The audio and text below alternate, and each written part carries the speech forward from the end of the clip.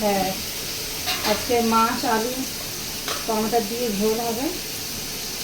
তো মাছের পাখিটা হয়ে গেছে, মাছগুলো দিয়ে শুধু শুধু দেবো। আর একটা মাছের ডিম।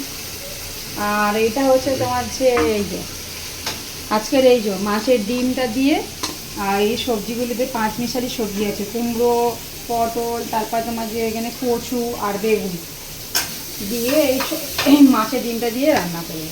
মাছের ডিমটা সামনে দেখো একটু। মাছের ডিমটা এতেই মশলার সঙ্গে কষবো। মাছের ডিমটা আলাদা করে ভাজলাম না, এতেই কষাবো। তো এই সবজি দিয়ে আজকের এই রান্নাই করবো।